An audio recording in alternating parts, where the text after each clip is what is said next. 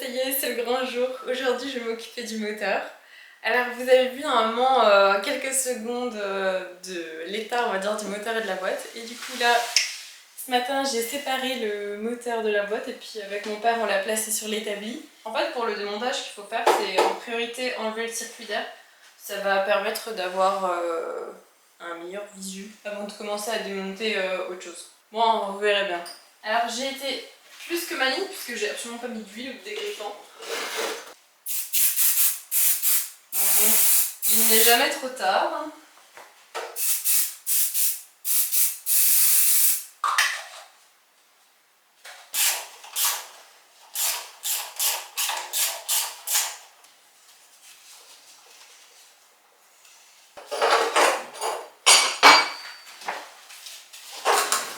Et voilà. Quelques trucs qui viennent avec, mais... Ok. Bon.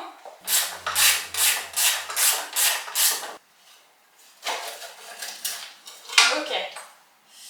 Voilà un premier enlevé. Ça, c'est le couloir d'air que j'ai commencé à démonter. Donc, vraiment énormément de saleté.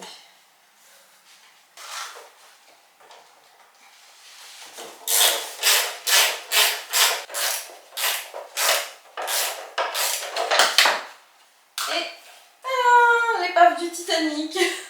Alors ça, c'est un outil spécial pour réussir à enlever le ventilateur. Je sais pas maintenant.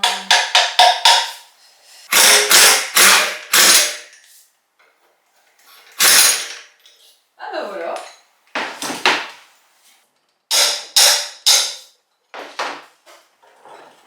Mince. Bah voilà. Oh purée de punaise. C'est dégueulasse. Oh, franchement, regardez à quoi ça ressemble. C'est vraiment pourri. C'est pas grave, on va quand même la garder.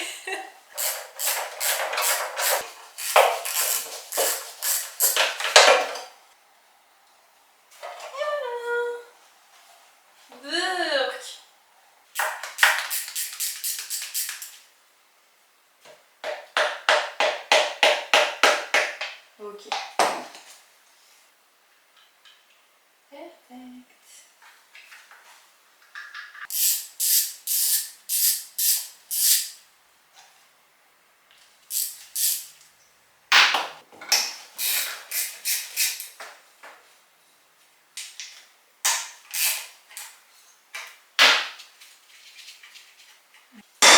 Bon bah.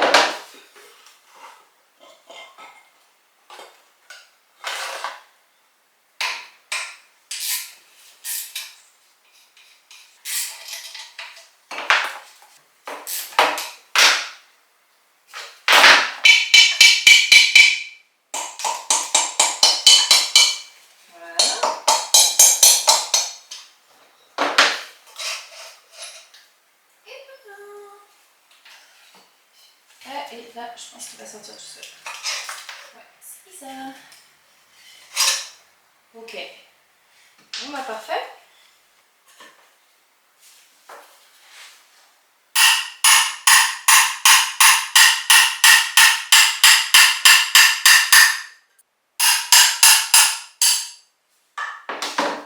Ok, c'est top.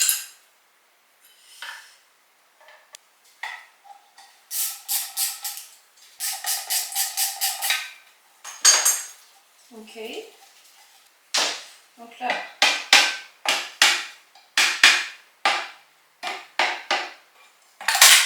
Non. Oh, purée. C'est un nid d'araignée. Ah.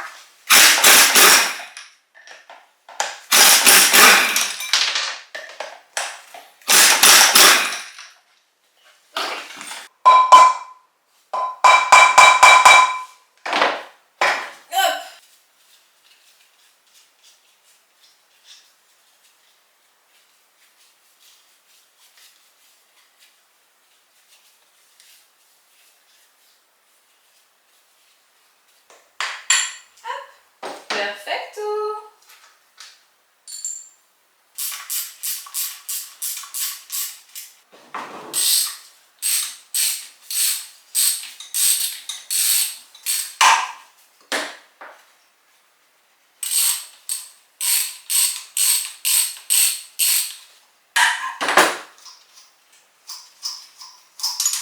Allez, let's go.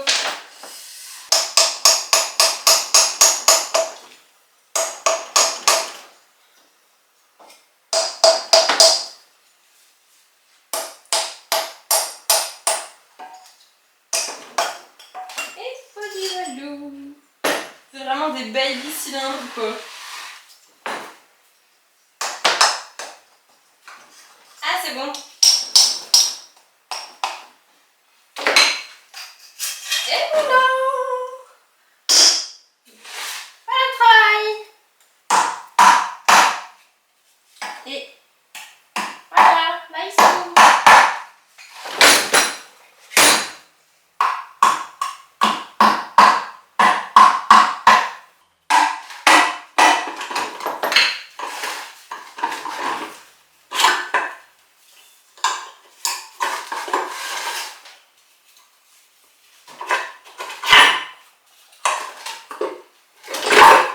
Oh purée, il y a tout qui se casse la gueule.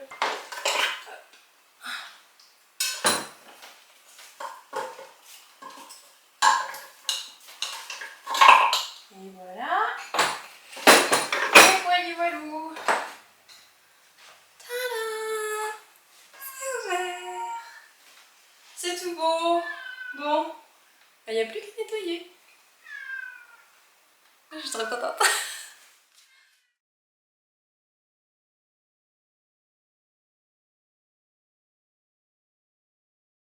Bon, et bien écoutez, je reviens d'une journée complète de nettoyage de toutes les pièces que j'ai démontées.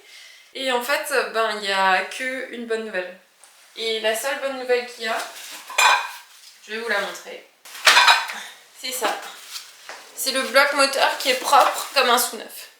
Vous voyez, il est vraiment super propre. C'est la seule bonne nouvelle. Bon, il y a encore 2-3 trucs à nettoyer, mais bon. Il est en bon état, il est super propre, donc ça c'est vraiment très bien. Maintenant, on peut passer aux mauvaises nouvelles. Ça, c'est cassé. Il me semble que c'est la... Je sais pas si c'est la bobine. Bon, ça c'est foutu. C'est foutu parce que là, ici, c'est trop abîmé. Je crois qu'il y a eu trop de rotation dessus. Voilà. Bon, premier truc cassé. Là, c'est la très mauvaise nouvelle. Depuis le début, je dis « Ah non, je vais faire mon moteur de 85, tout ça ». Et tout le monde me fait « Attention Maëva, tu sais, il peut y avoir du jeu dans le vilebrequin et tout ». Et j'étais là, ouais, bon, pour mon moteur 602, j'ai pas eu de problème. Pourquoi j'aurais un problème sur celui-là? Bon bah ça va pas louper. Il y a du jeu dans le vilebrequin. Et il me semble que c'est celui-là. Voilà. Là vous vous dites « Mais Maëva, comment tu vas t'en sortir ?» Bon, première chose, pour les moteurs 425, il n'y a pas autant de pièces de refabrication. Ça c'est un petit peu chiant. Ça c'est le premier point. Mais par contre, vous vous souvenez que j'ai acheté un énorme lot de pièces. Bon, et bien écoutez, j'ai plutôt de la chance puisque vous l'avez peut-être vu. Tada, il y a un autre moteur. Ça veut dire qu'il va falloir que je l'ouvre, espérer qu'il y a un vilebrequin sans jeu, qu'il y a un arbre à cam conforme, qu'il y ait des culasses propres. Alors il y a une particularité, c'est qu'à la cam, il faut savoir que j'ai 7 moteurs.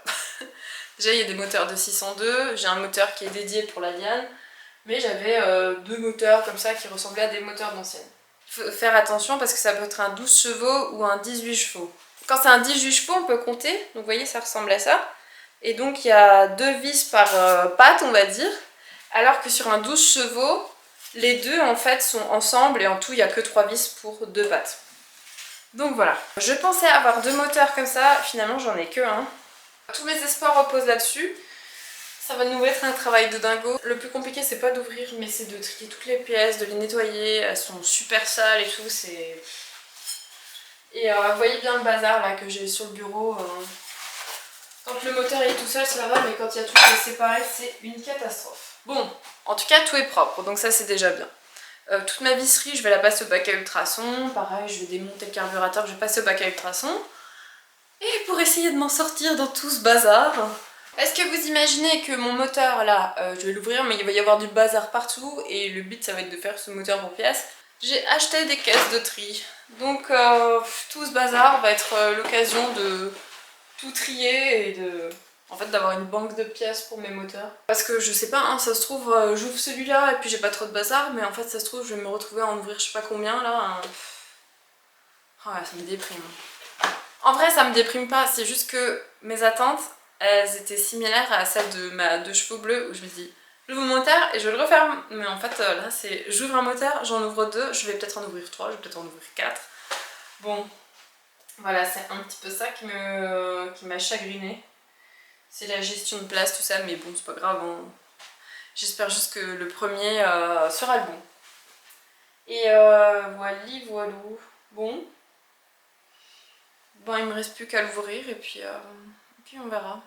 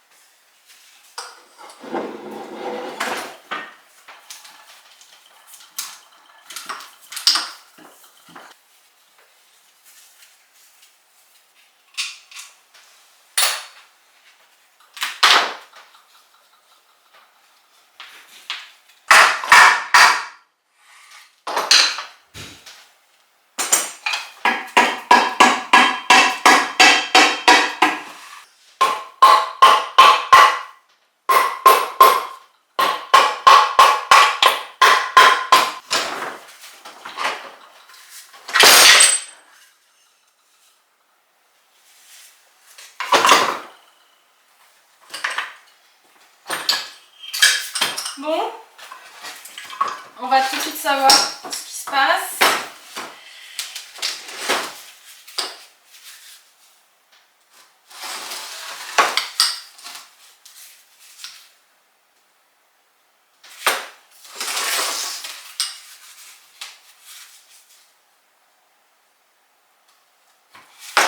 Je sais pas. En fait, j'ai l'impression qu'il y en a pas. De toute façon, je vais enlever les pistons et puis on va voir. En tout cas, c'est le bazar. Hein. Oh là là.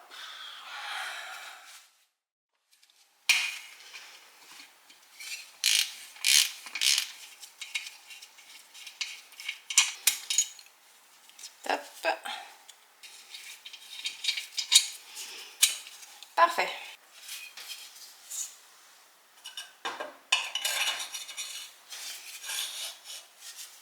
J'ai ça qui va se mettre du côté des soupapes, ça va permettre en fait de les bloquer pour que je puisse les sortir correctement.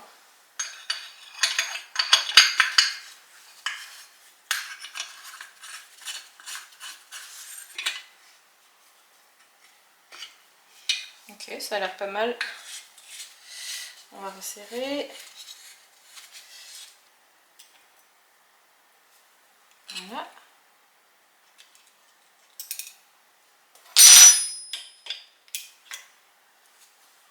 Et le deuxième, voilà.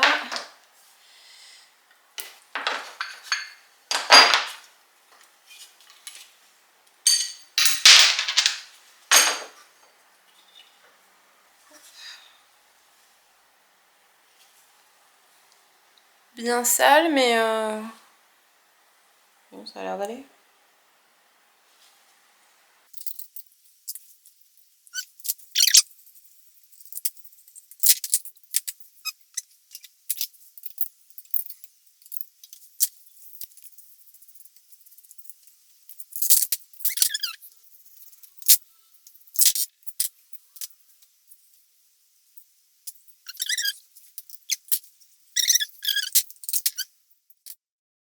On se retrouve quelques jours après l'ouverture de ce deuxième moteur.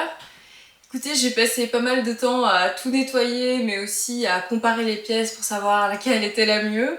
L'idée là, ça va être de vous expliquer pourquoi j'ai gardé une pièce plutôt qu'une autre. Et je vais essayer de vous présenter ça dans un ordre plutôt chronologique de remontage. Et pour ça, on commence tout de suite par le vilebrequin. Vous vous en doutez si je vous en parle, c'est que celui-ci n'a pas de jeu et que j'ai pas besoin d'ouvrir un troisième moteur que je n'ai pas en plus. Je vais essayer un petit peu de vous expliquer comment j'ai contrôlé le jeu de mon vilebrequin. Vous l'avez sûrement vu au début de la vidéo, mais ce que je fais, je le place bien à plat. Le mieux c'est de l'avoir bien en face comme ça, mais là je vais vous montrer comme ça. Et il faut vérifier le jeu horizontal, donc comme ça. Il ne faut pas qu'il y ait de jeu comme ça. Sur celui-ci, il y en a vraiment un microscopique jeu. C'est vraiment très très très petit. Et pour moi, ça fera largement l'affaire. Ce qu'il faut, c'est un peu le tourner dans tous les sens et vérifier le jeu dans tous les sens, quoi. Hop. Et bon. Celui-ci est bon. Donc ça, c'est très très très très bien. Je suis très très contente. Ça m'épargne pas mal de choses. Ensuite, on a l'arbre à cames. J'ai comparé les deux arbres à cames que j'avais, surtout au niveau du jeu qui se situe ici. Donc au niveau de la bague, j'ai pris celui qui avait le moins de jeu. Et ça correspondait au deuxième moteur. Je vais vous dire, je fais beaucoup plus confiance à ce deuxième moteur que j'ai ouvert qu'à ce premier. Puisque vous verrez que j'ai rien récupéré en fait du premier moteur, à part le carter. Hop. Donc arbre à cam plutôt bon. Les cams aussi ont l'air plutôt bonnes. J'ai pas vu de choses bizarres. Ça a l'air dans les côtes. Qui est encore dans le moteur, on a la crépine d'huile. Bon, écoutez, je l'ai nettoyée au bac à ultrasons, je l'ai un petit peu brossée. Elle est très très bien ressortie, il n'y a plus aucune saleté dedans. Donc ça par contre c'est celle du premier moteur. On passe ensuite au carter moteur. Écoutez, il est très très très bien revenu, je vous l'avais montré.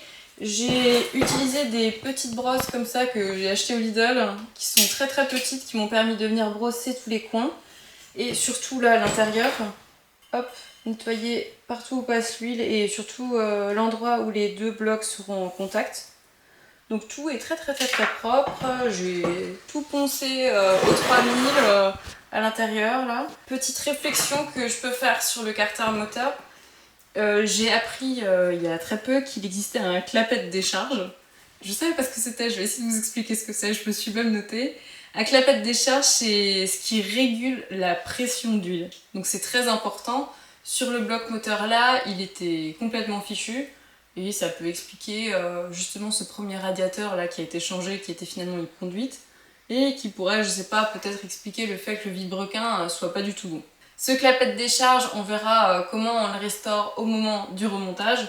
Ceci étant, là je l'ai sorti et il est prêt à être remis. Voilà pour ce qui est du bloc moteur. On va aussi avoir 4 poussoirs que j'ai bien nettoyés, poncés, brossés. Ce qu'il faut, c'est vérifier que ça soit bien à plat, qu'il soit pas gondolé. Ça c'est très important. Je l'ai fait pour les 4. Écoutez, ça a l'air pas mal. Pour les pistons et les cylindres, j'ai pris des neufs. Ce que j'ai pris, ça s'appelle un kit Big Bore qui est vendu chez Burton. Ce kit Big Bore permet de passer d'un moteur 425 à un moteur 530. Donc c'est pas tout à fait d'origine, mais enfin bon, on s'en fout, c'est pas grave. C'est très bien comme ça aussi. Donc on en parlera aussi un peu plus au moment du remontage, mais là-dessus je pars sur des pièces neuves. De toute façon j'avais pas trop le choix puisqu'il y avait des cailloux dans mes cylindres. Donc j'ai déjà mon kit qui est prêt, j'ai tout ce qu'il faut, les segments, les axes, tout ce qu'il faut.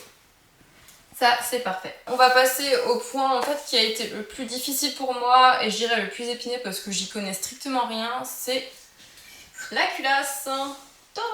Alors ça c'est la culasse du premier moteur que je ne vais pas garder puisque les autres culasses sont en cours on va dire de restauration. Mais je vais quand même essayer de vous expliquer un peu le processus même si j'y reviendrai. Déjà le premier point de contrôle qu'il y a dû y avoir c'était de vérifier le jeu dans les guides de soupape. Pour ça il faut reprendre la bonne soupape qui était au bon endroit pour vérifier qu'il n'y ait pas trop de jeu là où la soupape passe. C'est le premier point parce que s'il y a ça, ça engage des travaux très très très importants. Ce qui est en train d'être fait, c'est une rectification des sièges de soupape. C'est une rectification manuelle. Ensuite, il y a eu une rectification autour des queues de soupape.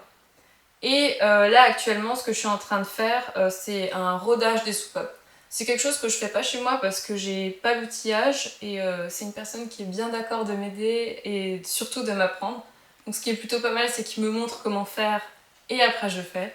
Donc je pense que ça va être plutôt pas mal pour ma prochaine restauration, je saurai le faire. Une fois que tout ça aura été fait, il va falloir remonter la culasse et vérifier son étanchéité. Mais ça sera dans un second temps. Ceci étant, ce qui est bien, c'est que contrairement à mon ancien moteur, j'ai pu m'occuper des culasses et surtout j'ai appris quand même pas mal de trucs et ça me rend très contente. Donc voilà pour ce qui est des culasses. Ensuite, sur la partie électronique, je vous avais parlé du fait que la dynamo était en mauvais état et n'était plus fonctionnelle sur le premier moteur. Elle avait été extrêmement usée sur les pourtours, elle n'était pas seulement sale, elle était vraiment usée. Celle du deuxième moteur là est plutôt pas mal. Je l'ai bien poncée au grain 3000, elle est très bien ressortie. Donc je partirai sur celle-là pour le remontage. Sur la partie circulation d'huile, on a la pompe à huile qui était très bonne. On a les petites conduites d'huile là que j'ai passées au bac à ultrasons. J'ai pris celle qui me paraissait être en meilleur état. Bon. Il n'y avait pas forcément de soucis là-dessus. Le radiateur d'huile, donc ça, c'est ça que ressemble un radiateur d'huile sur un moteur de 425. Écoutez, il est en très bon état. Pareil, il a été passé au bac à ultrasons. Il était vraiment pas sale du tout, donc je lui fais confiance, j'espère. Mais ça, c'est aussi une très bonne chose. J'ai pas eu besoin de le racheter, j'avais tout sur le deuxième moteur. Ça, c'est très bien. Ça, c'est le reniflard. Pareil, je me suis contentée de le passer au bac à ultrasons. Puis je l'ai bien ouvert, j'ai passé une brosse dedans pour qu'il soit vraiment très propre. Là aussi, il y a des pièces neuves à mettre pour le restaurer. Mais ça, pareil, on le verra au moment du remontage. Mais l'essentiel, c'est que j'ai un reniflard en bon état. Donc ça, c'est très bien. On passe ensuite à la partie carburation. J'ai gardé la pompe à essence du premier moteur, puisque sur la deuxième, c'était sur un moteur de ASU, elle était différente. Je me suis dit, dans le doute, je garde celle qui était d'origine. Pareil, passer au bac à ultrasons, vérification de l'amorçage, qui a l'air bon. Et là, ici, pour la restauration, il va falloir mettre une membrane neuve, ce que j'ai déjà. Et bon, écoutez, à l'intérieur, c'est plutôt propre. Donc pareil, ici, on peut lui faire confiance, je pense. On a le carburateur. Là, j'avais le choix entre 4 carburateurs. Je ne me souviens plus du nom des autres carburateurs, mais j'ai choisi de prendre un carburateur Solex qu'un ami m'avait donné. Je vais aussi pouvoir ici changer les joints, donc c'est une très bonne chose. Ce qu'il faut sur les carburateurs comme ça, c'est vérifier le jeu au niveau de l'axe. Franchement, le mien, ça a l'air d'aller. Hein. Écoutez, on verra. En attendant, c'est le seul carburateur qui tient la route chez moi.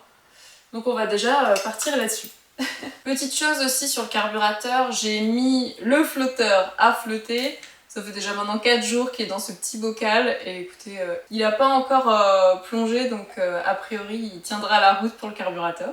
Vous l'avez vu au début du démontage, j'enlève ce qu'on appelle l'araignée. Et cette araignée, elle est fissurée, c'est problématique. Ceci étant, elle est fissurée sur une soudure. Donc ce qui est en train d'être fait, c'est pareil chez la personne chez qui je fais la culasse. On va souder au TIG justement cette fissure. Ça va me permettre d'apprendre le TIG et de récupérer une araignée, on va dire, en bon état. Concernant les couloirs d'air, ça va peut-être en choquer certains, mais je vais les garder tels quels. Donc ils sont rouillés, mais ils sont vraiment parfaitement propres à l'intérieur, il n'y a plus aucune trace de graisse. Et ce que j'ai fait, j'ai brossé la grosse rouille. Puis je sais pas, peut-être que je mettrai un peu d'huile dessus et bon. Comme ça correspondra à la voiture. Je trouve que c'est très bien de garder ça comme ça. Concernant l'hélice, je l'ai aussi brossé, il y a vraiment beaucoup moins de rouille dessus. Et pareil, peut-être je mettrai un peu de graisse et d'huile pour pas que ça se détériore plus, mais enfin bon. Quand on voit l'épaisseur du métal, il faut vraiment y aller pour qu'elle se fissure. Je vois pas pourquoi elle serait moins performante qu'une hélice peinte en noir et toute belle. Bon, l'essentiel c'est que ça fasse du vent. Donc pour ça, ça me paraît pas mal. Et je voulais aussi un peu revenir sur l'outillage que j'ai utilisé pour le démontage de ce moteur, j'en ai pas trop parlé. On avait celui-ci qui m'a permis de démonter l'hélice. Est-ce qu'on appelle ça une hélice? En fait, le ventilateur, il a un embout conique. Donc ce qu'il faut, c'est déjà pouvoir sortir la vis, mais aussi utiliser ça pour que ça tombe. Ça, normalement, vous l'avez bien vu dans l'image comme ça fait. Deuxième chose, c'était pour enlever la dynamo, il faut un outil spécial, ça s'appelle un extracteur. C'est essentiel, sans ça, ça va être très très compliqué. À moins que vous ayez une grosse vis comme ça. Ça, c'était très important pour la sortie de la dynamo. Ensuite, on avait un bloc volant moteur qui était plutôt pratique. Là, en l'occurrence, je me suis servi de la péteuse, mais je sais que pour un petit truc, ça m'a plutôt bien servi. Tu sais, ça mange pas de pain d'avoir ça, surtout quand on a une 2 chevaux. Et cet outillage-là, il vient de chez Burton de Spopart. C'est eux qui m'accompagnent dans toute la restauration de la ZAB. J'ai toutes mes pièces qui viennent de chez eux. Et ce qui est super chouette, c'est que si vous aussi vous restaurez une 2 chevaux, même une ASAM, vous pouvez trouver toutes les pièces qui vous sont nécessaires. Et en plus, vous avez 10% avec le code ASAM10. C'est plutôt pratique parce que quand on restaure une 2 chevaux, le budget grimpe assez vite. Alors avoir moins 10%, je pense que ça peut toujours être utile, surtout sur des grosses commandes. Et bah écoutez, je vous remercie d'avoir suivi cette vidéo. Je me réjouis de remonter ce moteur et puis je vous donne rendez-vous dans quelques jours pour le remontage et peut-être même le démarrage. Donc à bientôt!